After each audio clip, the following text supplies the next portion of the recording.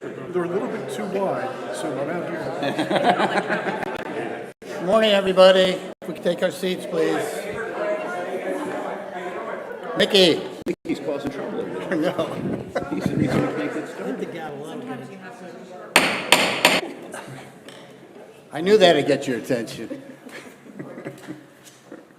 Rosemary said it didn't start yet. I said, it can't start until you get here. Good morning, everybody. The purpose of this hearing is to receive comments on the proposed town budget for the fiscal year 2027. Just so you know, the fiscal year begins April 1st, 2026, coming up next month, and ends March 31st, 2027. The proposed budget is and has been available for inspection at Town Hall between the normal hours, 8 a.m. to 4 p.m. And it's also been available for a while on the website. Anyone wishing to comment or with questions, please raise your hands as I reach out. Please raise your hand, and I will recognize you and come to the podium. So once you're up at the podium, please identify yourselves and your Bethany address. Who would like to, do we have any comments, any questions?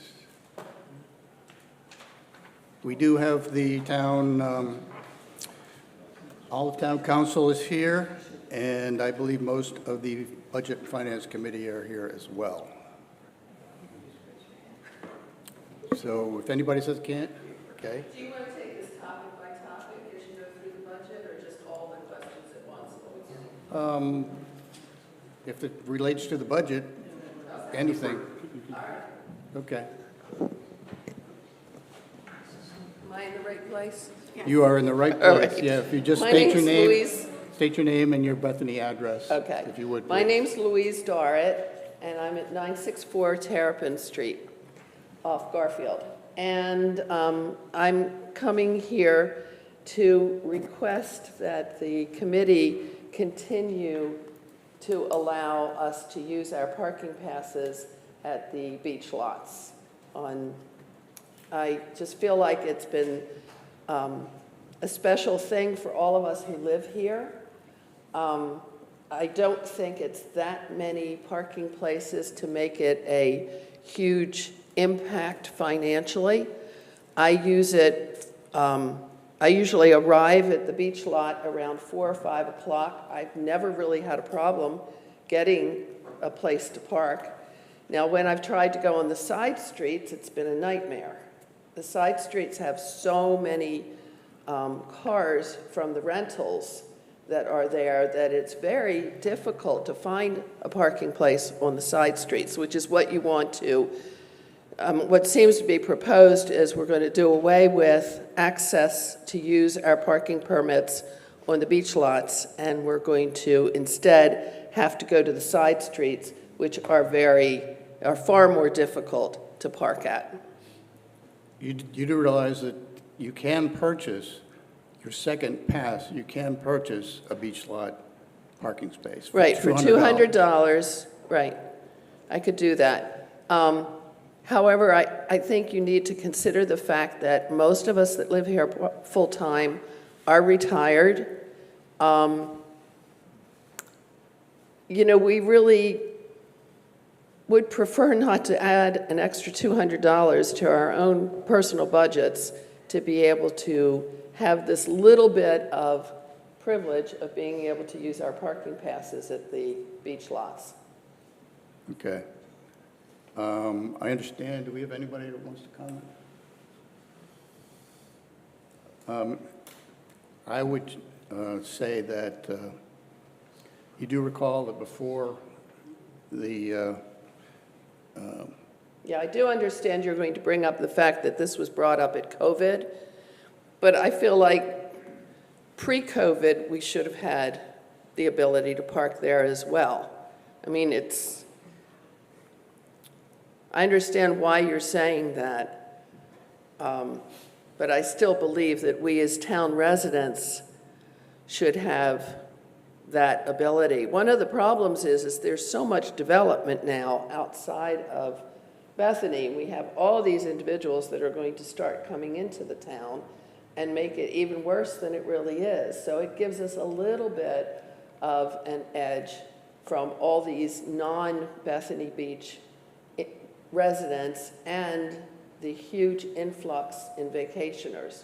I feel like you're really selling us out as residents of Bethany Beach for the vacationers and all the huge number of people from the surrounding developments that are being put up. So one of the ways we're trying to mitigate that is, right now, you need a parking pass on the side streets and you park from 10 to 4, you have to have a pass. We're extending that from 10 to 6, so that residents will have priority, residents and workers will have priority to park in those spaces. I also go to the beach at 4 or 5 o'clock. Right. Then you also know that if you go to those side streets, it's next to impossible to find parking. It's pretty, because of all the rentals. I haven't found it impossible. I found it easier to park in the lots, but it's not impossible. It's a mix, 50-50, whether I park in the lot or park on a side street.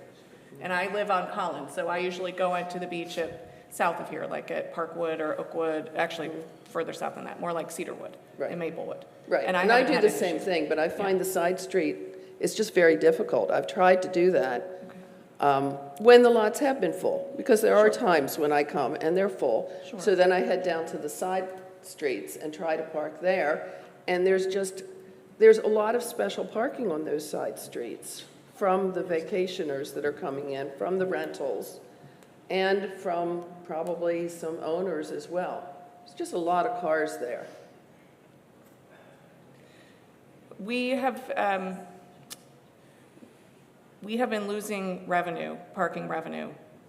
Right, I can't believe it's that much from Well, this little at issue. $4 an hour, it adds up. Because I realize you go down for a couple of hours, you walk on the beach, you have dinner, and you come back. But we found that people are parking there all day because it's easier. They'll go down, take the spot, and they won't even come on the beach until later, but their car is there all day. That's what our parking enforcement personnel have told us. And so we're asking people essentially to prepay the parking. If you're going to use it, that's great. You just have to pay in advance. Well, another way to maybe address that is, have a timetable on that parking.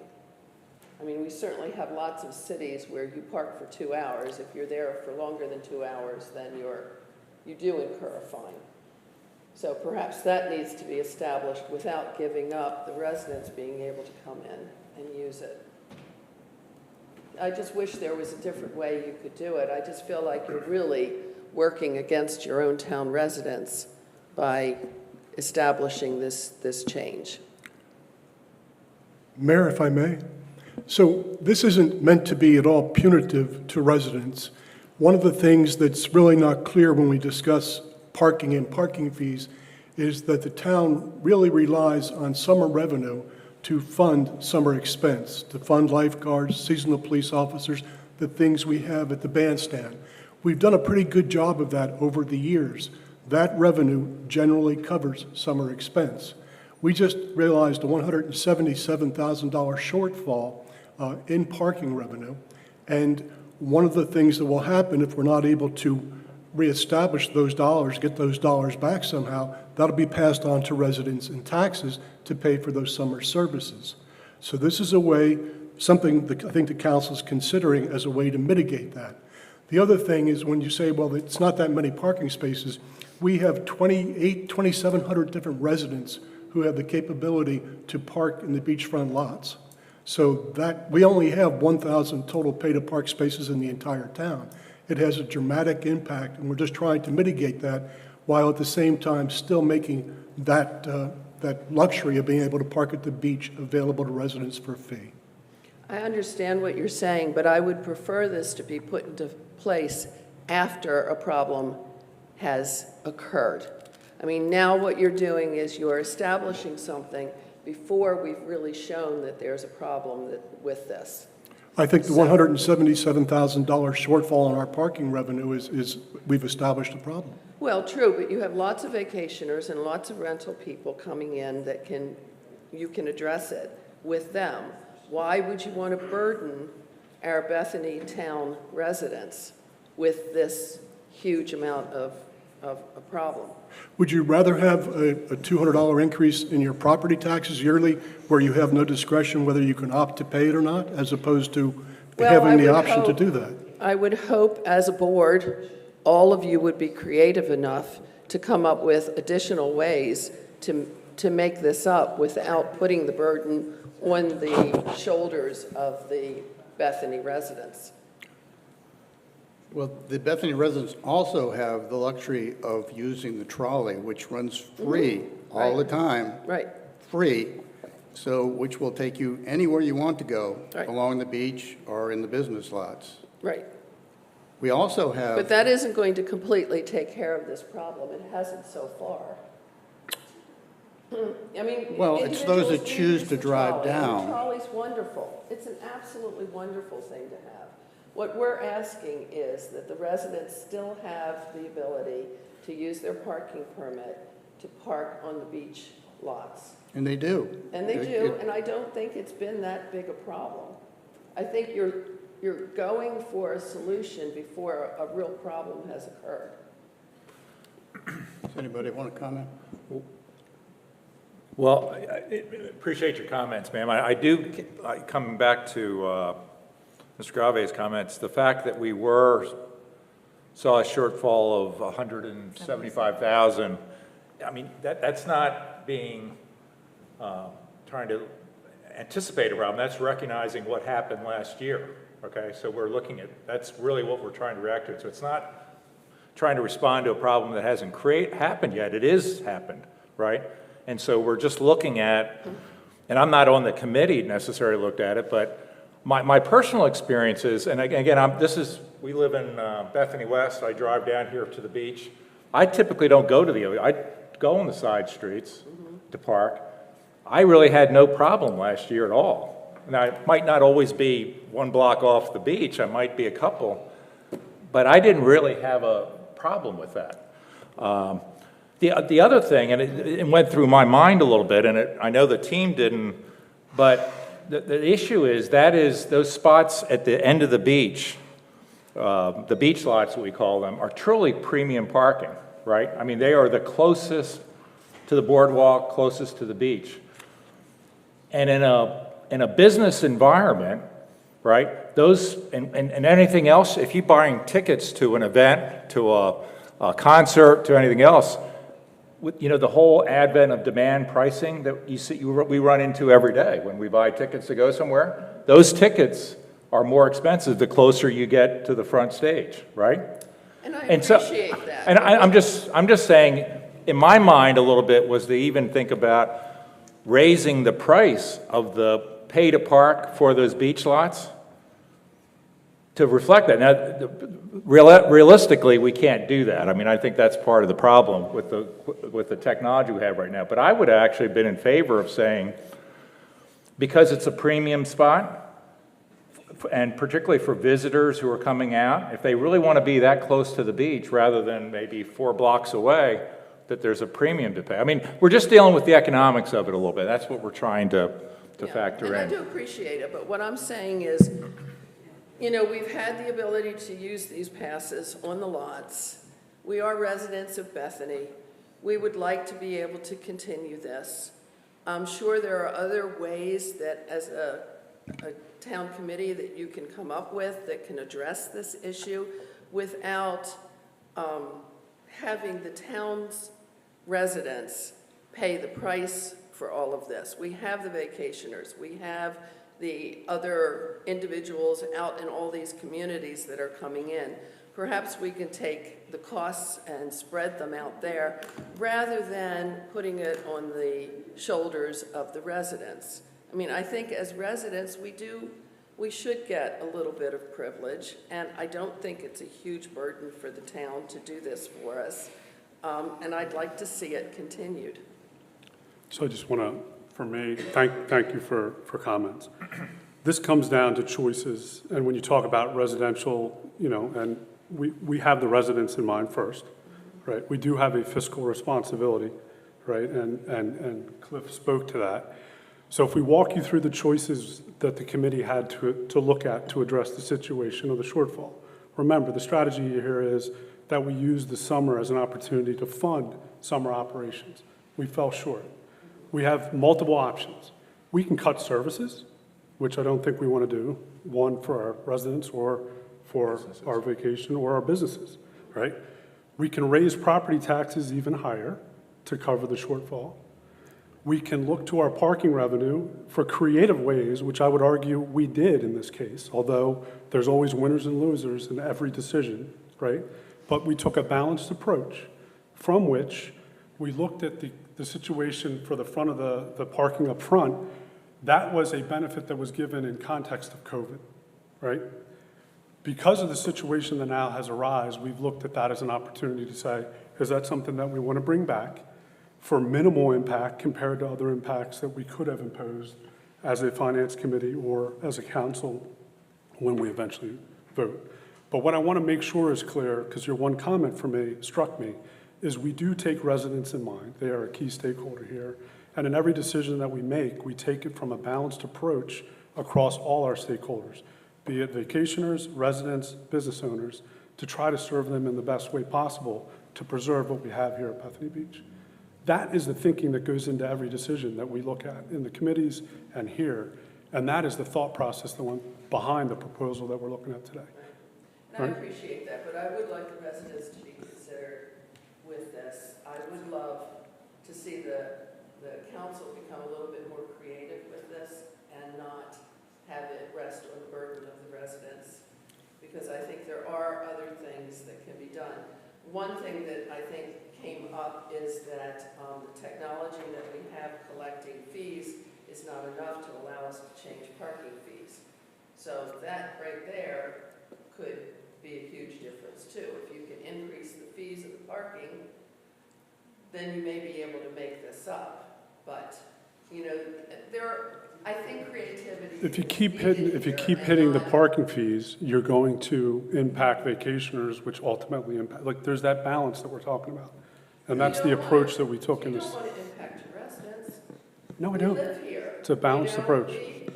We would like to be considered. And please don't take my comments, you were fully considered. It's just that we had to take a balanced approach. Well, I hope it's not written in stone already. I hope you will indeed take this comment and perhaps apply it. It would be very nice. Thank you. Absolutely. Yeah, thank you for your comments. And let me add one other thing here, which is a factor, but not a major factor, is that the state this year is requiring all the coastal towns, including Bethany Beach, to submit a plan which demonstrates you are doing everything you can to provide public access to our beaches. And that plan, parking is a big part of that. And public means the town, but also others, our visitors and people that are out here that are normal but just don't live in Bethany Beach. That plan is going to be a major factor in determining whether we get and when we get replenishment on that beach. So we're walking a tightrope here. That was one of their comments from the state, that we demonstrate that we're providing as much public access as we can, and they pointed directly to those beach lots. Okay, well, public access is those of us that live here too. Yeah. Yes, I understand. Right. It's a balance, like, Like Bob said. But you're taking away our public access. We're not. we're not You still taking it have away. access. Yeah. Public access doesn't mean free access, it just means public access. Well, now it's $200 for each of us as residents to be able to Yeah. park there. Or if you don't use it enough, then you just pay the meter. You don't have to buy the $200 pass. If you're only going to use it occasionally, you can just feed the meter and save some money. We use our beach pass as we've been doing. I'm sorry. There's no need Yes. for you to really change this or choosing to change it, but there's no need for it. Right, so I think that's the heart of our disagreement. We feel like we need to change it and that it's not a choice. I think that's the heart of the disagreement. We've tried to reach a balance here. I mean, it's $150 more than, it's $50 for the side street parking, which, you know, what was it, 35 last year and it increased to 50 this year. No, it's not It's being always increased been- this it's year. been It's 50. been Oh, it's 50 not for being- several years. Oh, okay, I'm sorry. Yeah. Well, I still would like to request. Please talk into the microphone. Well, thank you. Jeez. I still would just like you to look at it, to not pass it with this budget, to not make it part of this budget, to look at it again. Okay, Thank you. thank you. Thank you. You have Would to you speak please- into the microphone. Yep. Hi, I'm Mary Alice Biga. I live on Fifth Street. I didn't come here to ask a question, but something has arisen in my mind just listening to you all today, and I thought maybe you could clarify this for everyone, because it's a question in my mind, and I don't have a side on the debate that this lady has just brought up. My question would be, and I just don't know, maybe I should know, my dad just died, so I'm not into all the town workings, even though I've been here for a very long, long time, like 50 years. So the question is, how often do we increase the town parking rates? I understand that you can't change certain areas because that would be ideal if we could, but I understand the technology cannot. So how often do we increase that? And is that something that maybe we should increase a little bit more, not to change what is being done right now, but just have that piece of the pie a little bigger for those people who don't live here and are using the beach parking? So that was my Okay. question. Well, one thing to be aware of is our rates are exactly the same rates as Rehoboth and Dewey and pretty much everybody up along the coast here. I'm not sure we want to be the ones setting the Right. highest rate along the beach. We increased it last year. The Yeah. hourly rate was increased last year. Okay. And that was after the other towns moved theirs up, right? Around the And we same sort of time. did it, yeah, Right. so we And were we trying to. increased it $1 an hour. It was a significant increase. We assess it regularly, so, and raise it regularly, so. Okay. Do we have any other comments, questions? Okay, if you please go to the podium. Hi, my name's Nancy Butters. I have a property on Third Street. And I just wanted to mention that I'm against any kind of tax increase. Would you speak a little bit closer to the microphone? That I'm against any kind of tax increase, mainly because after this past year with the Sussex County reassessment, I don't know about you guys, but the property I have in Third Street just, went up dramatically. That's just like, wow.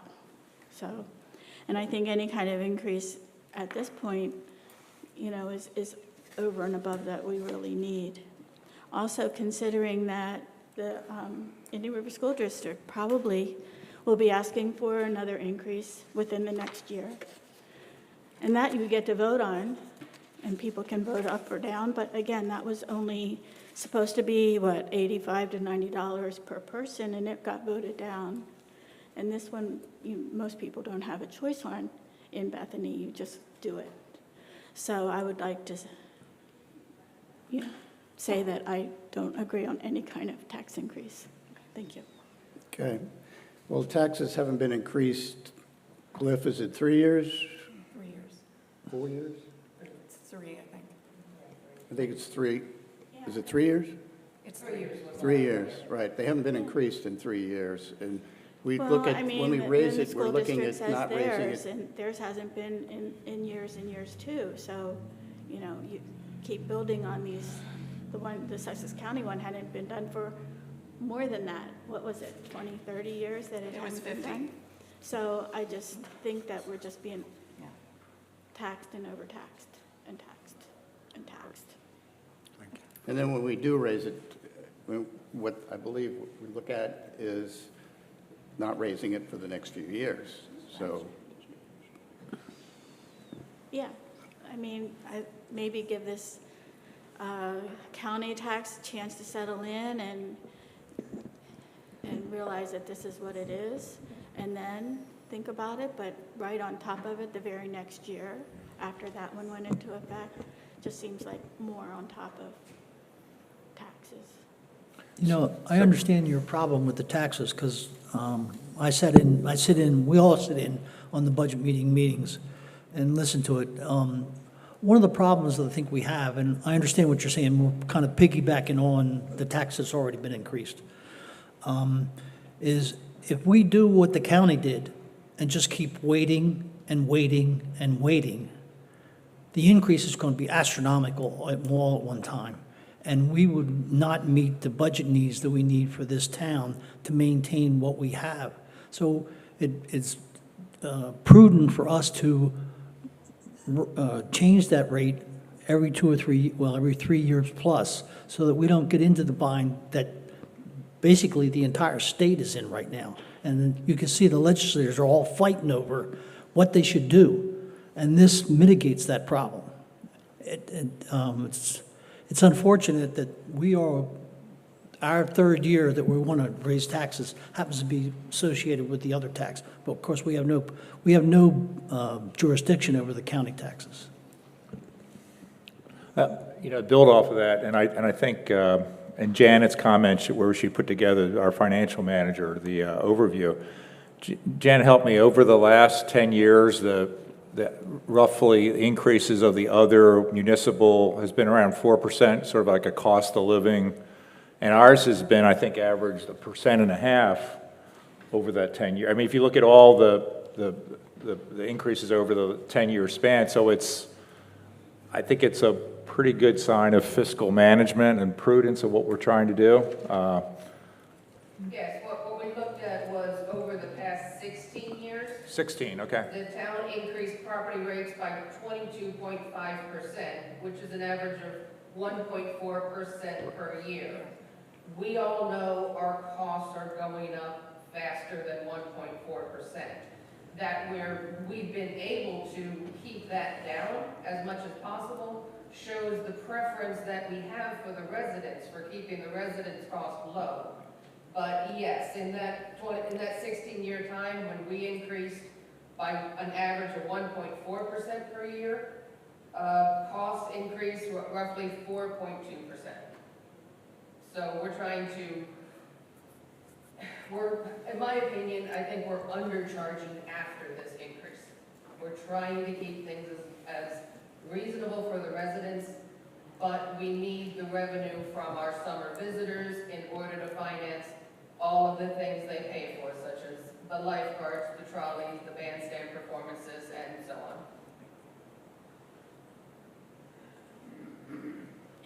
And that all comes from the parking, They're, basically what you said? they're separate. The property taxes and the parking are separate. Pardon? The property taxes and parking are separate. I know, The but parking revenues pay the majority of those summer lifeguards costs, the and, bandstand that's what you said lifeguards, earlier, right, right. But we still need to fund the police department and public works and the town hall staff. A majority of this property tax increase this year will be going to the police department. So what does, when you have a rental property and those rentals pay 7%, what does that go to? Those go also towards the summer. Towards the Parking summer. and the rental taxes are the main source of paying for all of the summer services, so that we don't have to pass those on to the residents. I mean, we do try to keep this as balanced as possible, but our costs have just gone up quite a bit in the last several years. Oh, yeah, and so have the residents' costs as well. And non-resident, I'm a non-resident, but non-residents' costs go up as well. And just to build on that comment, though, I think it's really underpins not only this council, but the councils before from a financial stewardship perspective and a balanced approach that I believe that you're trying to balance the revenues that we get that we are pulling during the summer to balance those with the cost during the summer is a really sound approach. Not every community necessarily does that. And it just sort of helps us balance that so we don't push on anything additional to those residents, right, that are really primarily summer-oriented.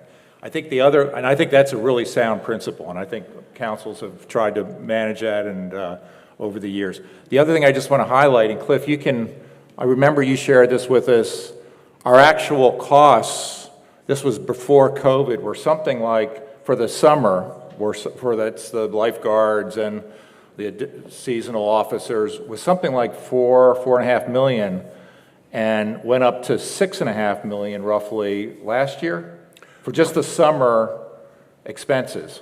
I'm deferring to Janet. I'm deferring to hoping I printed out a page like that. Well, I believe it was something like yeah. the cost for the beach patrol doubled. I forget the number of years that was over. I think over 7 years, it was roughly doubled. Yeah. Much of that is the cost to get seasonal employees to come work for the summer. Right. In an area where housing is expensive, all costs are expensive, so the amount we need to pay our seasonal lifeguards in order to be competitive with all the other towns and pools.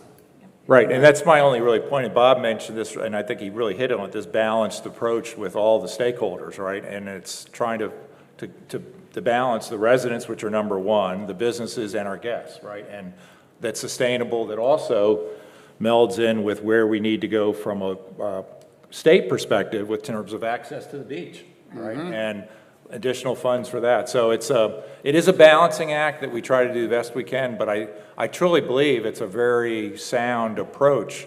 The reality is we'll keep having to tweak it as we go forward, right? It's not etched in stone, but it is important to think in terms of sort of the principles we've used in the years past and continue to, the Finance Committee and the like continue to use, so.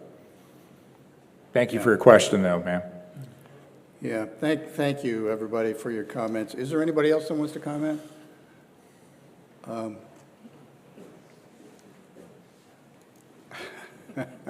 Hi, everybody. My name is Scott Edmonston. I live at 212 Hollywood Street. Obviously, I'm here for something else, but you guys are used to me taking unappreciated opinions here in this room, so I just want to say I'm in support of the parking changes. Just so everybody knows, Scott used to be on council. We all know him pretty well. So, okay. Well, thank you, everybody, for your comments. Council, as well as the Budget and Finance Committee, will definitely take into consideration everything that was said today.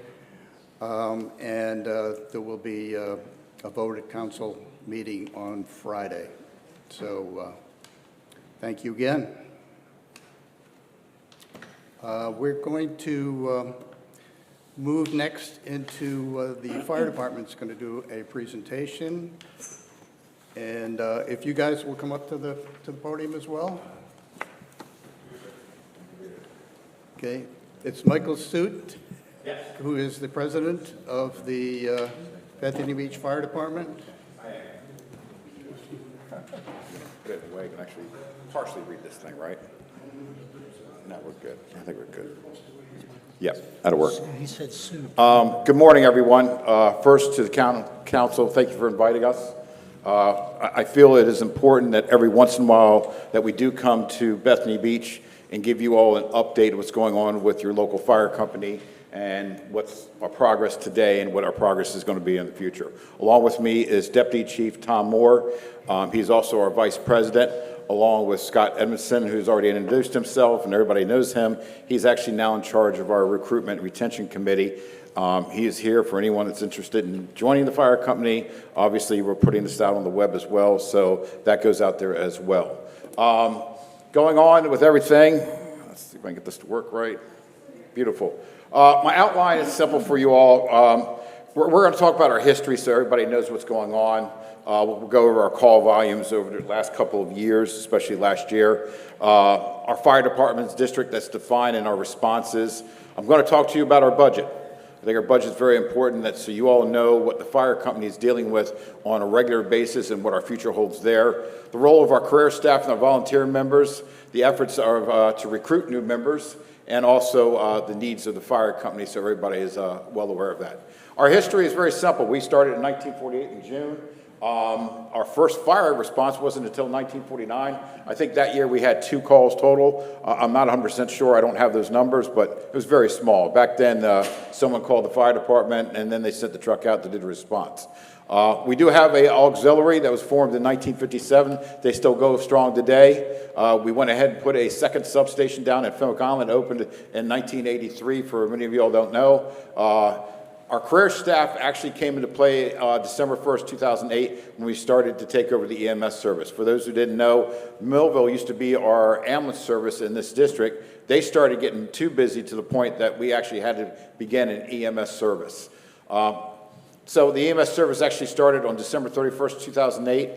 This part down here on the bottom, I'm going to get into more deeper as we go. The volunteers responding started to decline in the early 2010s. That was mainly because we started realizing that financially a lot of us had to have numerous jobs, or you even had families and stuff like that. And then the career staff exceeded our volunteers responding probably about 2020, especially during COVID and all that.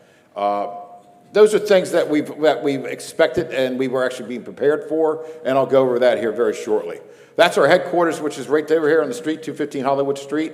Our substation down to Station 2, which is located behind the Fenwick Town Hall. Both of those stations are still active. There we go. Get to our call volumes. As you see, our call volumes have increased drastically. Last year, we set a record for 578 calls throughout our fire district. Our EMS calls have kind of been steady around the 1,050 mark. Most of that is mainly because of the crowds that we get in here into the Bethany Beach area, but for most part, they have stayed steady, which we're grateful for. Total calls by month. Basically, as you can tell, we're not as busy during the off-season as we are during the in-season, which is our 578 and our 1054. That one down there, it says include fire police calls. We do have fire police officers that respond outside the district to go to other calls, so they do get funneled into those numbers right there. Seasonally, obviously June, July, and August, that's our heaviest time. We're looking at about 44% of our yearly calls just in that period alone. So basically, we call ourselves a 70-30 company. 70% of our calls are mainly between May and September, and then 30% the rest of the year. So during that time, we've got to maintain and keep things going. That way, if you guys need our services, we're around. Our fire district goes from the north of the Inlet Bridge all the way down to the Maryland state line at Fenwick Island. West to the Assateague Canal Bridge, obviously to the east of the Atlantic Ocean, including the Atlantic Ocean as well. We're approximately 17 square miles, and we have about 10,000 property owners in our district alone. What that leads to is our population, which these are obviously estimates. Our last check is that we got about 3,300 permanent residents in our fire district alone. Approximately 5,000 visiting at any time. In season, obviously that increases to what we're guessing is about 20,000 people during the week. Weekends, it rushes up to about 50,000. And July 4th, throughout the entire fire district, we're probably about 75,000 people in town. Right. Now, just to give you an idea, Ocean City, there are about 500,000 people during July 4th and 350,000 people during the weekends. That obviously does flush north because people realize you can get a lot more done north of Ocean City than you can actually in Ocean City. So those numbers are the reason why there's an increase in there. Our mutual aid partners that come to any of our calls that we have that are a structure fire, gas leak, or something that we need additional help from is obviously Millville is to our west, Roxana is to our southwest. Frankfort, which sounds crazy, if everybody knows where Frankfort is, they're about 8 miles to the west of us. They do send an engine in here. We have Rehoboth Beach to our north and Ocean City, Maryland to our south. When we have something a little bit more, I am trying. There she goes. Our other companies that do come to visit us is Dagsboro to the west and Sylvieville to our southwest. Indian River Fire Company helps us out for our Bay Water rescue calls. The U.S. Coast Guard and Millsboro with our hazmat team. We do have a county tech rescue team as well. Tom, are you in on that, or? Yes. So Tom and Brian Martin, who a lot of you know is our past president, those gentlemen are also on the tech rescue team. So they actually go anywhere in the county when we have something like a vehicle crashes into a house, somebody gets entrapped into an entrenchment, or a high-angle rescue. Those gentlemen would come out with the special equipment to assist us. Department of Natural Resources and DelDOT, they also come out to assist us as needed. As far as our paramedics go, most of you may not know there's a water plant in Ocean View. Right next to that is Medic Station 105. That is our primary paramedics that come to assist our ambulances for calls that require that. Chest pains, difficulty breathing, severe bleeding, and anytime someone goes unconscious, and obviously for cardiac arrest and stuff like that. Medic Station 109 is actually located in a trailer right now, located at another transfer station over by Harris Teeter in Sylvieville, if you're familiar where that's at. They're actually in a little cove right there. I bring in Station 104, 114, and 103. 104 and 114 are in the Dewey Beach, Lewis area. They can come down here to assist, especially if Medic 105 or 109 is busy. Medic 103 is actually in Millsboro, and we have had them come all the way over here to Bethany Beach to give us a hand as well. EMS 100 is their supervisor. He's the one that overlooks the entire county. He's also the one that actually carries blood. So if we need to do a blood transfusion that somebody's severely bleeding, he actually brings the blood in to assist, along with our partners in Ocean City and also with the Delaware State Police Helicopter Trooper 2. A lot of you guys have seen, we've been using the park a lot now for them to land. Mainly, that's our main landing area now. So when we do have the helicopter coming in, especially for a surfer injury and stuff like that, we'll go to the park along with assistance from our police department, and we'll clear the park out so we can land the helicopter. We try to keep the civilians away because everybody wants to take a picture of this, and I understand that, but we appreciate with the town allowing that to happen because we got to land them somewhere, and we need to get somebody up north to Christiana or something like that, depending on the injury. So that's that's our mutual aid partners that we work with today. We strive never to miss a call in our district, okay? It's very important for us. The career stand really prevents this. They handle all of the emergencies in the district for fire and EMS, and the volunteers do come in to supplement the calls. When it comes to fire, we have at least a unit respond to all of our calls. So we have multiple cars going on in our fire district at one time. We might actually ask Millville to come in to handle one of those calls, but we usually still have an officer at least report to that call, so we at least have our control of our district of what's going on there.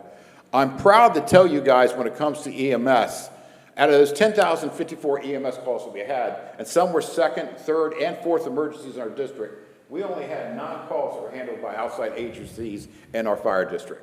That's a 99.1% success rate. We're proud of that. Our guys do get out and they do handle our calls. Having someone else come in here from the outside agency is very rare. The nice part, if that ever does happen for our partners in Millville or in Roxana, if they come into this district, which is the majority of the time of who is coming in here, they do recognize our subscription plan that we have with our outside neighbors and also with the EMS contract we have with the towns. They recognize that as well. So you will not receive an extra bill from them anytime they take somebody out. So if you ever see Millville or Roxana, which obviously is rare, you will not get an extra charge on that because they do honor our subscriptions and our contracts as far as that goes. Talk about our budget. So our budget alone this year was $2.9 million alone. Our fire budget itself was at 1.67, and our employee costs for that were $800,000. I'm going to get to that in a second. If you notice, the EMS budget is about $1.2 million. Most of that goes to our employee costs because we have to have our EMS crews ready to respond to calls. $69,000 of that goes to our long-term funding. That has to mainly go for repairs, if we need to have a replacement of a chase vehicle, if we need to go ahead and update some things in our ambulances and our stretchers, and possibly even a new ambulance. Just recently we bought one. I'll get to that in a minute. The point of I'm showing on the budget is just to show you what we're dealing with on a yearly basis. I remember probably 7 years ago, we're probably about 1.1 million in our budget. It's grown that much of how much that we have to deal with, okay? Now, that 2.893, obviously we've budgeted that. We have that type of funding coming in, and I'll go over that shortly. But the employee costs are the big thing. As you see, there's 800,000 that half that money goes to also some additional employee costs, okay? And part of that is because volunteerism is down. And I'm going to go deeper into that here in a second, but we need some more additional employees to assist us in getting fire apparatus out. Our current personnel on the career side, we have 16 total, 14 are firefighters and EMTs. We have 1 supervisor and we have 1 administration secretary. If anybody's ever talking to Heather across their way, she's a godsend. We love her to death, and she'd probably kick my butt for even mentioning her name here today. But she needs to be recognized because without her, we wouldn't be able to do things we are doing today. In reference to our volunteers, we have about 55 that are actually active on the roll. About 15 are qualified firefighters that actually go into a structure. So we have an average of about 5 that come out regularly per calls. Our leadership, admin, and the operations, we'll start with the administration. Obviously, I said I was the president. Tom is my vice president. We have a secretary, a treasurer, an assistant secretary, and an assistant treasurer. They're all volunteers. They put thousands of hours into this combined, including for events like this.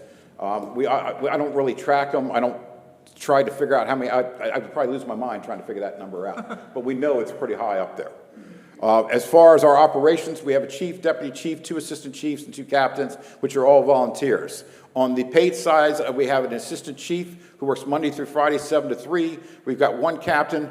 I have up there 3 lieutenants. We're actually working on that now. We're finalizing that role, and we hope to have them up and running by the summer. That's per shift. That's just our paid staff alone. So we do have a lot of leadership that we have inside the fire company anytime that we have to go out on a call. I will also add this, that the state has changed the standards that all of our officers have to be at a certain level of training to even have command of a call. And without going into detail, there's firefighter 1, 2, and 3, fire officer 1, 2, and 3. You have to have at least fire officer 2. The amount of hours you even have to get to that, I believe, is probably, Tommy, over 300, somewhere in that range. So that's how many hours just to get to that level. And it goes for our volunteers and obviously our paid staff. We get them up to that level as well. So that's the amount of training that our guys do put in there is really, really good, and it really shows out when they're out on the road. We do have an auxiliary. Our auxiliary is 50 members strong. They have a very supportive role. They have 4 officers, a president, treasurer, a secretary, and a vice president. They hold several fundraisers throughout the year. The Artisan Festival is our biggest one. They have T-shirt sales. There's a ton that I could mention right now. The next one coming up is actually Abbey by the Sea, which is in a couple weekends from now. That's a big fundraiser for us, and our auxiliary will be there assisting us for that event as well. So you'll see them throughout the town, especially when we get the T-shirt sales. I believe that they usually kind of camp out on our lot when you guys are having your farmers market over there. So they do bring us some additional funding in there. They give us about $20,000 a year additional funding, so we're very appreciative of that. I want to go over the cost of us doing business. This is just for 2026 alone, so you guys are aware of what we're facing, stuff like that. Our employees alone is $1,840,000. So that's obviously their salary, their benefits, the retirement, and some other additional things, including training and clothing and stuff like that. So approximately $1 million is left for everything else that we have to budget properly for. Okay? Cost of an ambulance is about $425,000, okay? And I'm going to get into more detail on that. Cost of a fire engine, which we will call the Quints. They're the fire engines just with a regular ladder on it. They're about $1.8 million. And the cost of an aerial apparatus is about $3.5, which we're estimating between 2032 and so forth. And also a cost to even outfit one firefighter is approximately $4,500 at a time. Keep also in mind that at times, we have to change out our gear. Tom, how often? Every 10 years, we have no choice. They have to change their gear. If it gets really damaged in a fire, obviously that's got to be done sooner because protection is everything. So every time that I have a new member come in, that's $4,500 just to get them dressed and ready and put them in the proper gear. And then every 10 years, they also get new gear, new helmets, new everything. So that's just the cost of that. Currently, our present funding is very simple. 62% comes from the state of Delaware, which we appreciate. 8% is from Sussex County. We have an annual fund drive, a capital fund drive, we're both at 7%. Our fundraising is 8%, the auxiliary donations. Our parking lot, which is at 4%. Very grateful for the town allowing us to work with you all for that, and we are extremely gracious for what goes on there. The cell tower that we got behind there, Verizon has a contract with us. They're at 3%. We do get a donation from the town of Bethany at 1%. As you see, South Bethany and Philip Island, we actually don't get anything. I'm having this same pitch to them, and I'm hoping to change those numbers this year because I don't like seeing zeros up there at all, including with Sea Colony. Hopefully, I make a change with them and get some more additional funding with them. Currently, with EMS, it's a whole different story. And trust me when I tell you, I've struggled mightily trying to fix this problem because I'm also the president with our County Fires Association. 16% of our funding for EMS comes from Delaware, 10% from Sussex County. 25% of that is for our transport and our refusing building, and then 6% is donations. That's 57% of our budget that comes from those groups. 43% of our funding comes from our ambulance subscriptions. Now, what I mean by that is that we enter in a contract with the town of Bethany, the town of South Bethany, and Sea Colony. We also enter in a contract with Philip Island separately. They usually match what the other towns are doing. 14% of that, 43% does come from the Bethany Beach residents. We appreciate that. 5% from Philip Island, 11% from the residents of Sea Colony, and 7% from South Bethany is how that breaks down. 5% comes from our HOAs outside of our district. Obviously, Middlesex is probably our biggest contributor, and we have several other HOAs that either come and go as they want. If an HOA steps out, we immediately bill the entire neighborhood regularly to our subscription. We have about 1,500 homes that are at 10,000 that we actually have to send bills to, or excuse me, a subscription request from them. And we're lucky to get 20% back from them. One of the things that the towns really try to harp on us was like, can you please try to increase that? Which we have. We've done everything you can. But most people, when they get a mailing, what do you usually do? Okay. And it goes right into the trash. Because they just don't want to pay and still, they don't think they're ever going to need the services. And then, of course, when they need the services and they get everything going in there, then they finally get that other bill, and then they're realizing, oops, I made a mistake. And we've had a couple people come in there and finally change their tune and actually subscribe to our system there. For the future, for the state of Delaware, our Delaware Volunteer Firemen's Association is putting some committees together for new ideas. I just got voluntold to be put on one of the committees, which I'm so proud to be on, but it needs to be done. They kind of like what Sussex County is doing as far as some of the ideas that they've come up for funding, so we're really starting to kick a lot of those ideas, especially when we talk to our legislators up north. The red light cameras and speed cameras, we do get a percentage from that. A very, very, very small percentage from that. Our biggest problem has been is that whoever's running those programs has not done a very good job, and our funding has not always come in on time. We just recently received our 2024 funding at the end of last year, so God only knows when we'll get our 2025, but we know it's coming. Believe it or not, it is something we don't actually budget for because we don't know when we're going to get it. We've complained to the state about that, and they've thrown every excuse we possibly can at us in reference to why there's a delay for that stuff. As far as Sussex County goes, the county is now providing each fire company with a new ambulance every 7 years. They're waiting for approval, but we do believe that the town council is going to approve this. So this may change how our funding goes as far as what we're getting from our towns. They're also looking at streamlining the billing services through the county. We're also waiting for approval of that. Again, we think that's going to get approved. So hopefully we get better returns. What does that mean for you all as far as the subscriptions go? Unfortunately, we're still looking at some other increases on the other end of that. So when we get into the EMS contract, we're going to actually talk about that so you know why we're going the direction we're going to go. But for now, we're hoping to maintain or even increase a little bit so that we can plan for the future even better. Fire fund tax, I'm going to get into in a minute, but that's coming up in 2027, and we also have some additional plans in the work from the county also coming in 2027, but their main focus are those two items right there.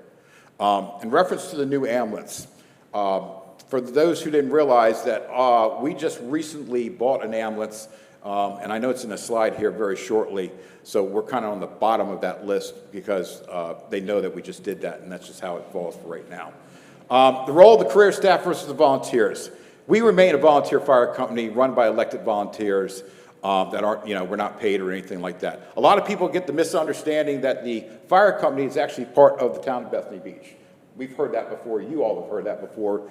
We have no connection except that we're partners in when a crisis happens, and we're going to try to work with everybody together on that. So that's a fact right there. Even so, our career staff responds to approximately 95% of our fire and EMS calls. That's needed because of the demographics that we're facing here in our fire district alone, which I'll get to in a second. We still set our own policies. The career staff's primary executes those policies, and they respond to our emergencies. Any major emergency that we have in the town is all hands on deck. You'll see our volunteers and our career staff come out, and we actually, if you guys have ever seen us on scene, I'm proud of what we do and how we do handle our incidents. Okay, we're very professional in that. Matter of fact, if we're not, I need to know because I can't fix what may be broken. But I really can tell you I have not had many complaints in reference to our fire company. I'm proud of the people that serve Bethany Beach and everything that we are doing for them.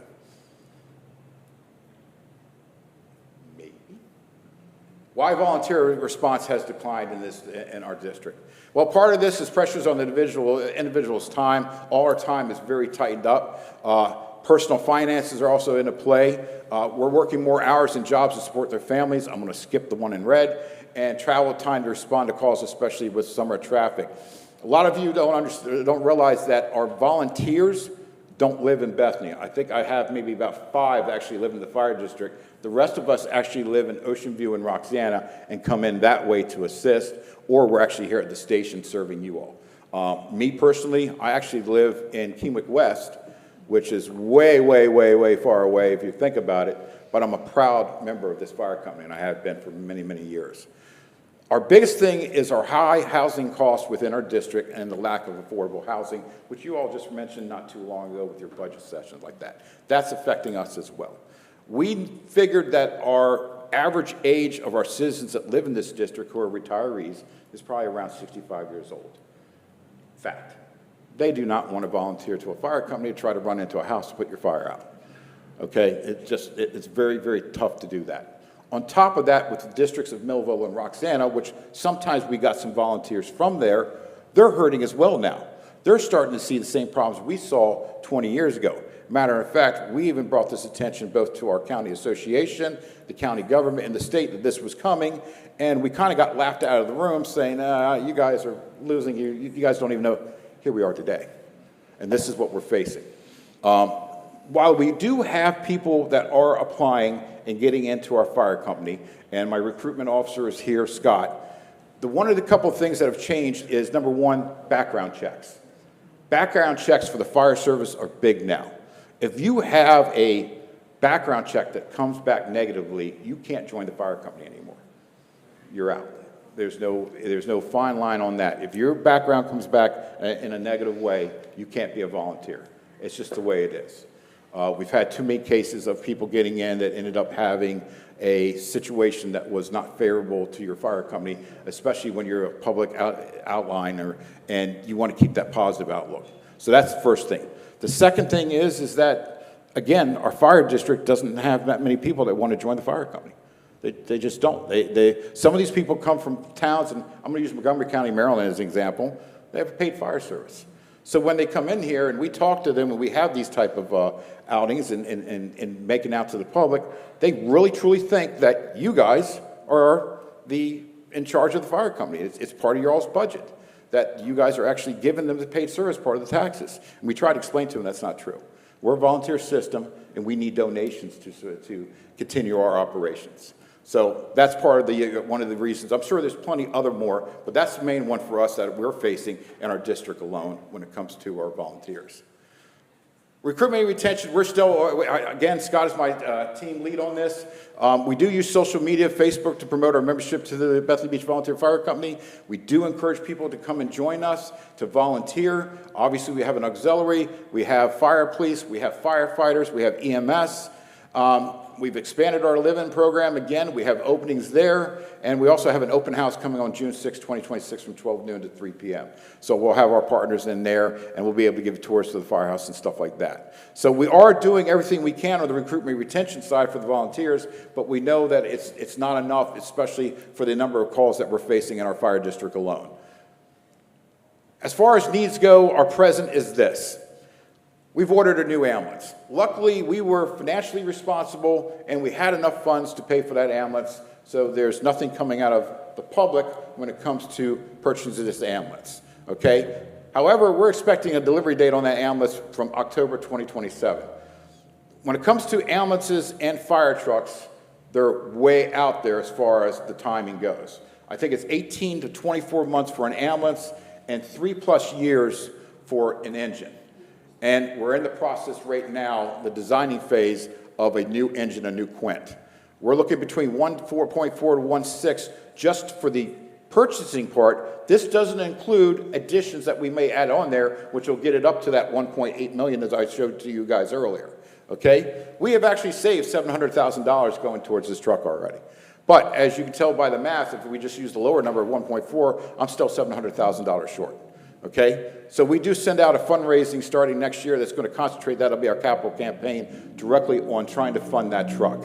So I know you guys just got done talking about not wanting more taxes and stuff like that. Your local fire company relies on that type of donation to keep things going, to keep our costs down and stuff like that. The delivery for this new truck, we're looking at 3+ years once it's ordered. We haven't ordered it yet. Tom, you want to give an update? We're just in the design phase. We're a couple months out probably from ordering it. So probably beginning of the summer, we might get it. If that's the case, 2026 is here. That truck won't get delivered until 2029. Okay? One other thing that I haven't added on there, and I put it on the bottom here due to state standards. The state standards have changed when it comes to fire trucks. So there is an age limit on the fire trucks now. So once a truck gets to a certain age, we have no choice. We have to replace it. Even if it's in great working condition and everything's working fine on it, we don't have a choice. It's hit a certain age, it has to be replaced. Now, all likely we're going to turn around and sell that truck to another company where a state doesn't have those standards, but we're not going to get nowhere near the return on that we paid for that truck. We'll be lucky to even get 10% off of what we paid for that truck when we sell it again. As far as our future goes, it's quite simple for us. We're going to need additional staffing then because, again, we're not getting as many people we would like on the recruitment side of things. So we're looking at probably in the next 3 to 5 years, maybe even sooner, of adding an additional 4 to our staffing in there. That's going to be approximately $100,000 per person, including their salary, benefits, package, and all that. We don't have a choice. It's heading that direction. We know it's heading that direction, and we're going to have to properly budget for it and make sure that we get everything in order for us to bring those additional 4 on. We're also looking at a new tower truck by 2032 and 2034. Earlier I told you guys, we're in that time limit. That tower truck's coming up to the point where we're going to have no choice but to buy a new tower truck. And we have to have a tower truck, okay? You've all seen the buildings up here. I mean, go to North Bethany. Those houses are 4 stories high. I've got Sea Colony down here, which is more than 7 stories high, which is as high as our tower can get. So we got to have a tower truck in there, and we're looking at $3+ million on that. And then we have another engine that we're going to replace probably between 2034 and 2036. That's going to probably now be between 1.6 to 1.8 just for the initial cost, not including getting new supplies on it and stuff like that. Quick note for you. Just because I have a ladder on a fire truck, I can't necessarily transfer that old ladder to the new fire truck because the state says everything's got to be new. So we got to replace everything on it because everything has to be up to the standards. So that's even more cost that the fire company is facing as we go on there. So that's $5.2 million in additional funding that the fire company alone has to come up with to get all this taken care of on that as far as the future goes. And of course, as everybody knows, the cost of everything is going up. So the numbers I'm giving you right now might actually increase from what you're seeing. So that's just something to please keep in consideration as far as that goes.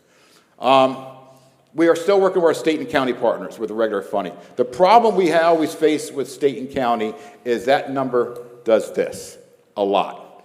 Everybody knows that right now the state, which are not being too honest with us, is facing some financial issues. The fire service has been told that we won't have those numbers adjusted or anything like that. But the problem is, and we've just discussed this here today, the cost of everything is going up. They're planning on keeping us maintained. So even with the cost going up, we know that we're going to have to tighten our budget a little bit because our amounts are probably going to stay the same and not go up as well. It can increase and decrease. I mentioned the fire tax earlier, and if everybody saw that, that came out not too long ago. I'm in good contact with the county council. There will be no fire tax talk this year whatsoever. However, in 2027, that may be changing to the point that they will be adding a fire tax to everybody's bill that would benefit the fire companies. I have to stress this enough. Even with the fire tax, it's still not enough for us to maintain that number you saw beforehand of that $5.2 million. We still have to have fundraisers. We still have to have our capital campaign. We still send out an EMS drive to help us with money on that. All that stuff still has to continue, even with this increase of the fire tax, because we really know that our numbers are still going to increase, and we still have things that we have to get taken care of and pay for. Which we turn to our local citizens in our towns. Our fund drive obviously is being sent out here very shortly. Our capital campaign will be focusing on our apparatus purchases, and then we do send also out an EMS drive. I know everybody gets a lot of these things. Sometimes you're saying it's too much, but I promise you there's a reason behind everything. Our budget is open to the public. Let's be serious. It's not our money, it's your money. We're financially responsible to make sure we're spending the money correctly and that we're taking care of your services properly. That's our job right there. We have an EMS contract coming to the end this year. Hopefully very soon we're going to be sitting with our partners from the towns and getting that taken care of. We're continuing with our subscriptions. We're hoping that we do get some additional support from our town governments.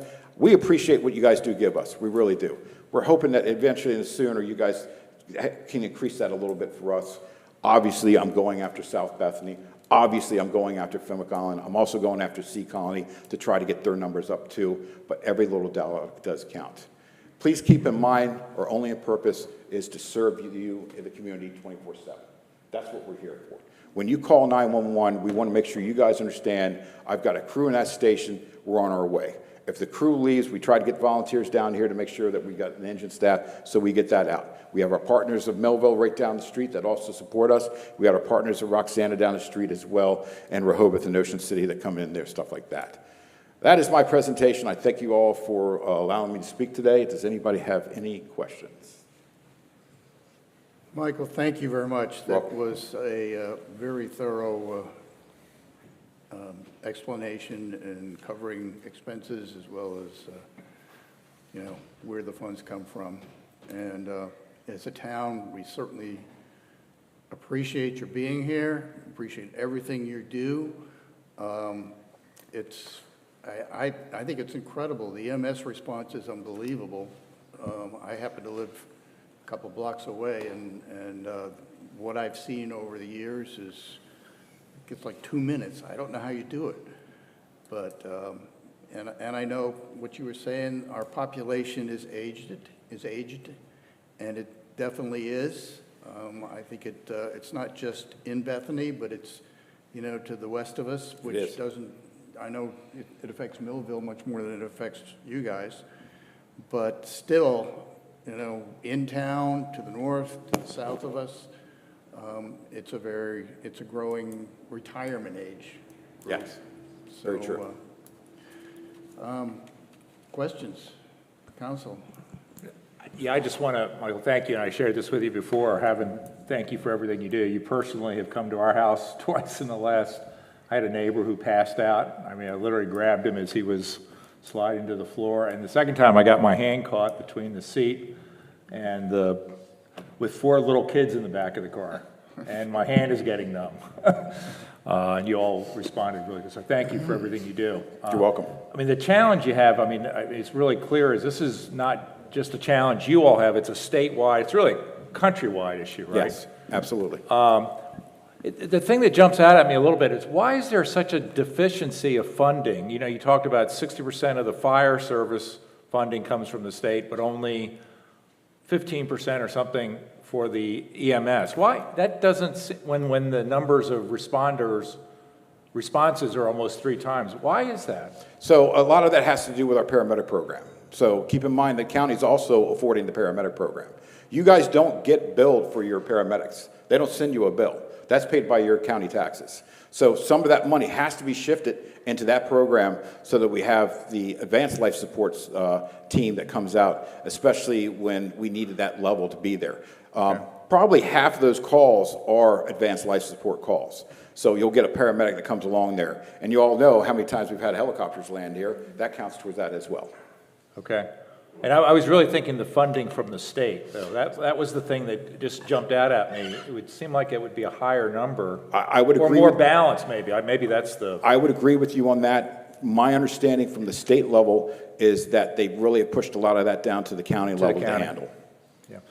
When I ask one other question, just looking at some of the data that we had, for the fire responses, you talked about like 500 a year, roughly. Mm-hmm. I think it was the number. Yes. And a good portion of those, I want to say 60 or 70% from the data, are false alarms. Yes, sir. So I'm sure that's not specific just for Bethany. That's probably nationwide. Nationwide.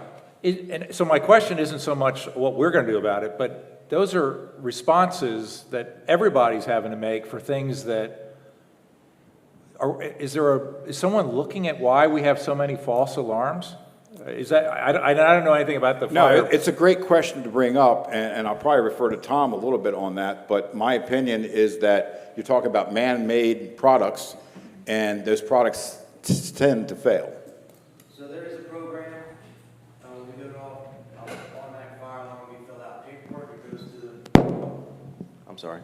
So there's a program when we go to automatic fire alarm, we fill the paperwork out, and it's sent to the fire marshal's office. And they're supposed to investigate that. Okay. I can't confirm that they do that all the time. Yeah. You know, politics and some other regulations that go on that they don't always, I mean, we go to 99 Hollywood Street quite a bit. Yeah. But they're not always, it's an automatic fire alarm that alerts us, but sometimes it's food in the microwave, burnt food on a stove.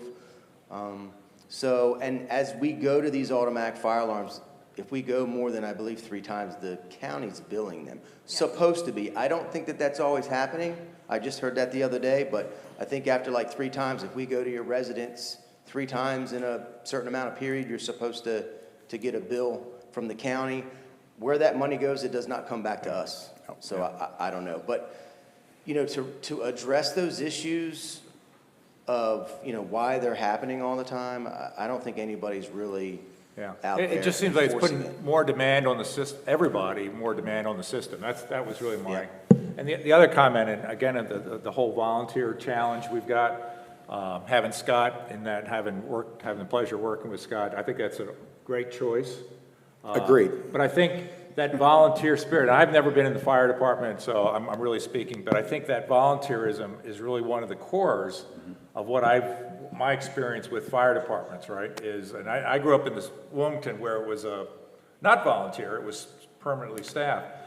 But when you have a pretty robust volunteer organization, that really speaks well to the community, the involvement, engagement. So whatever you can do to support that and engage with that is, I think, really particularly longer term, is a real key. So, I think part of the thing is, what comes to volunteer, is that some people are scared of the challenge that faces them. The system has changed a little bit since I went in. Now there's basically an academy that lasts for 8 weeks, 240 hours, that you have to commit yourself to get through to become a firefighter. So that's a commitment alone. So you're right in the beginning, you're already putting in 240 hours worth of training to get you even to get qualified. Then you get back to our department, and then we have to basically do a FTO program like you do with the police officers and get them to make sure that they're ready to go, especially if we have a house fire, and we start building on that. So there's a very long process when it comes to just becoming a firefighter. Then there's also the $4,500 I have to spend because, by the way, Scott, what are you, 6'2", 6'3", or something like that? I don't have gear for 6'2", 6'3" people, so we have to buy, and no offense, I want him to have the right gear. Don't get me wrong. But we have to buy him the proper gear so that he can do what he has to do, especially when our neighbors need us the most. I also want to make one other comment in reference to the automatic fire alarms and problems we got. 2% of those calls are actually real. Whether it is an actual fire inside the house where a sprinkler system had put it out, a fire in a room that we finally obviously we can get to, or it could be even a CO detector where the actual detector is detecting a gas leak inside the residence. So there's some good to come out there, and that's why we have to treat each one like it's something serious. So, no, I get what you're saying. No, don't take that the wrong way. But if we ever decided not to, without being properly notified that a proper passcode was given to us telling us we couldn't cancel, everything has to be investigated. Because the first time we don't do that, I guarantee that somebody's going to be on us about it. Right. Thank you. You're welcome. Can I ask a question? Sure. You're a tax exempt entity, I take it. Federal tax exempt entity? Yes, yes. So you do the Form 990, I think it's the 990 annual I believe so, form? yes. So you. That's I have the question, yes, but Okay, yes. Okay, so it's, and that's on your website or? I somewhere? want to say yes. If not, I'll defer to Heather I on just that. was curious, okay. Yes, yes. Okay. Will you explain what an individual subscriber is? Absolutely. So anybody that lives in our fire district that doesn't belong to the towns or to our HOAs that are already in the program gets a mailer from us saying, please subscribe to our ambulance service. What that provides is that you pay the minimum amount, which I think is whatever it's $60 is what I think we charge right now. So you will give us a check for $60, and then we'll enter you into our program. If we take you to the hospital, we're going to bill your insurance. So we're going to do everything we get in insurance. The remaining money that is owed gets basically washed out because you've already subscribed to us. So a lot of our residents that come down here that are vacationing obviously don't have the subscription. Now, we have encouraged our people that are visiting the town to stop by the firehouse. Even if you're only here for a week, pay the $60 just in case, because yeah, you're gambling, but when that bill comes in later, you're going to thank us for that. So, and it helps out the fire company. But in the long run, it's designed to assist our EMS operations, and it helps us out as far as our funding goes. Yes, ma'am. Can I just tag on to that question? So how does that work for residents of Bethany? Are we automatically part of that, or should we all be subscribers? No, you're You're part of it. You're automatically. It's part on of your it. tax bill. It's on your tax bill. I've seen something, but I wasn't sure that was. That's it. Yep. It's 60 some odd dollars a year. Yeah. Yep. Just How, curious. how involved do some of the larger, I know Sea Colony is definitely part of it. Yes. But like Middlesex Beach or Yes. Sussex Shores, so do they, I don't have the list sitting in front of me of what HOAs that we have as far as the program goes. But I believe we have at least a dozen that we work with currently right do you? now. That's Yes. wonderful. Yes. Okay. And do they bill at their residence? Yes, so like an HOA has, like for my neighborhood, we have an HOA fee of $100, and part of that HOA fee would probably go to the fire company. So the HOA would gather all the funding in together, and then they send us one check. And in the process, they also give us a name of all the names that are contributing into that, and that goes into our database so that we got them covered as well. Okay. That's good. It's good to hear that. Thank you. I was wondering about all these HOAs in the, outside of the towns. Well, we've had some back out of it because they felt that it's not rewarding them enough to the point where they don't have enough EMS calls or whatever. I know. And then we get a phone call in saying, I thought our HOA was doing it, and then we informed them that, no, they stopped, your HOA voted against it, we sent you, a mailer in saying, and they were like, yeah, we saw that, we didn't think, they didn't get the proper communication. So Yeah. there's a breakdown sometimes involved in that. Yeah, unfortunately, Yes. that happens. Yes, sir. I just had a question about the statistics. On your slide here, you had the responses. Yes. Were those responses just the ones within the district, or were they that include where you may go out and support another local area? Fair question, sir. They also include ones that we go outside the area. So if Melville has a working house fire, we are actually first due with the truck, and then our truck actually responds out there to assist them with that house fire. No different, we have something going on in here, they're coming in here to assist us. So it is a great partnership that we have with our local fire companies. Just a quick, it might be an unfair question, but to dimensionalize the amount of what I'll call the non-subscribers, if you will, what does that look like? Is that like, do you think that's a $500,000 opportunity if you're going into the towns that aren't contributing or the non-subscriber? Like, what does that look like? So we believe it's probably between 85 and 90% successful that we have our subscribers in our district. So between 8,500 and 9,000 homes are subscribers. It's the 10,000 that we try to do our best to get to come in and do something in there. So 10,000 times 60, you do the math on that. It's a good chunk of change, unfortunately. But, you know, it's things like this that I'm trying to get out to our public, which is one of the reasons why I requested if I can get a copy of this so that I can send it out district-wide so people understand that if your HOA is not a part of this or you're not part of one of the towns in the program they got going for you, we need your help with your funding and stuff like that. And hopefully that helps out to get us some additional And funding. is a subscription of 60 times a call, like, is that a 10X cost differential? Like, if Oh, you're trying to tell God, them? that doesn't even Right. cover it. No, an ambulance ride today is probably, Tom, 1,200, somewhere in that range per call? They just dumped it, yeah. Yeah. The problem is, you know, insurance, you pay for insurance, but they don't always want to pay, right? And they want to pay for emergency, so if it's deemed not an emergency, then they're not going to pay the bill.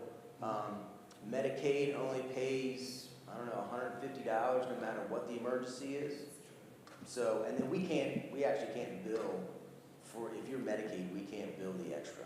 Yep. That's a law, but that's what we deal with, we deal with billing. So we have a billing company that knows all the rules and regulations that tries to get the most out of it, but, you know, we're at the mercy of the insurance companies. Mike, just to clarify, you said 10,000 homes, but it's 10,000 total homes, 1,000 that are not subscribers. Basically, yes. So 60 times 1,000. Yeah. Yes, ma'am.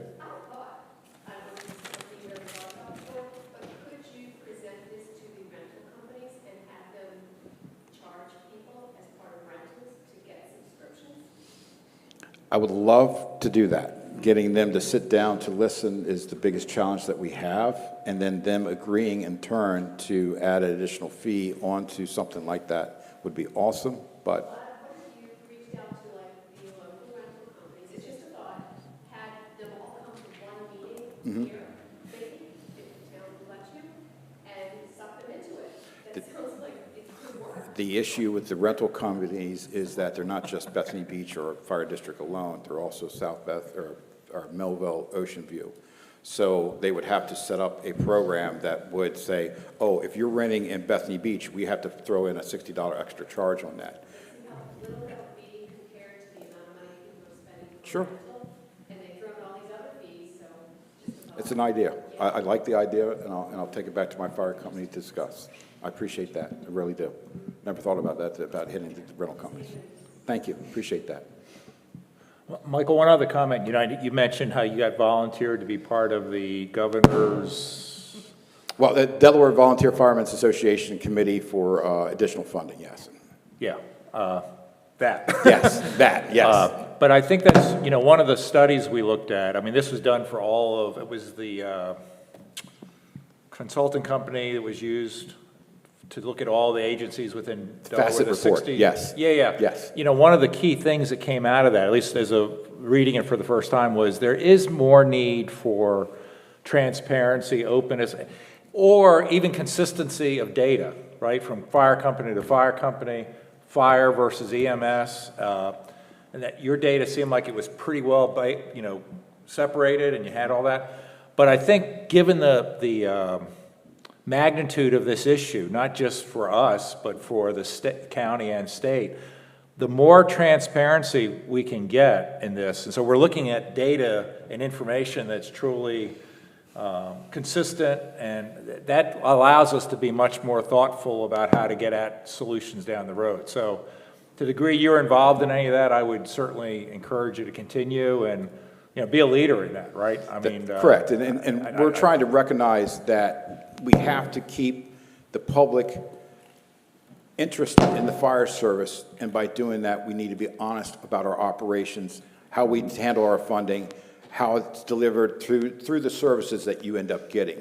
So that's what the primary thing for the state committee is for. Right. You triggered me on something else, just so everybody knows, and I didn't add it to the slide. We're audited on a yearly basis that's required by both state and county, and we have to send those audits in by a certain time for us to get our funding from them. So we're consistently audited and checked to make sure that we don't have any errors. I'm proud to say over the last several years that we haven't had any issues, so. Yeah, that was my. No, I know, but it triggered me to sit there and say, just so Yeah. everybody knows, you know, and that goes for you all too. We send in a report to you all, I think quarterly at least, to let you all know what's going on there. So we try to keep not only our town partners, our residents, the state and the county, everybody informed what's going on, especially with Bethany Beach. Thank you. You're welcome. Any other questions? Thank you. Thank you. Yeah, thank you. I appreciate it. Any other comments? Okay. Thank you very much, Michael. That was totally thorough and very enlightening. That is, unless somebody's got another comment, that ends our public hearing. I appreciate everybody coming. Thank you very much. And council meeting is on Friday at 2 o'clock. Thank you.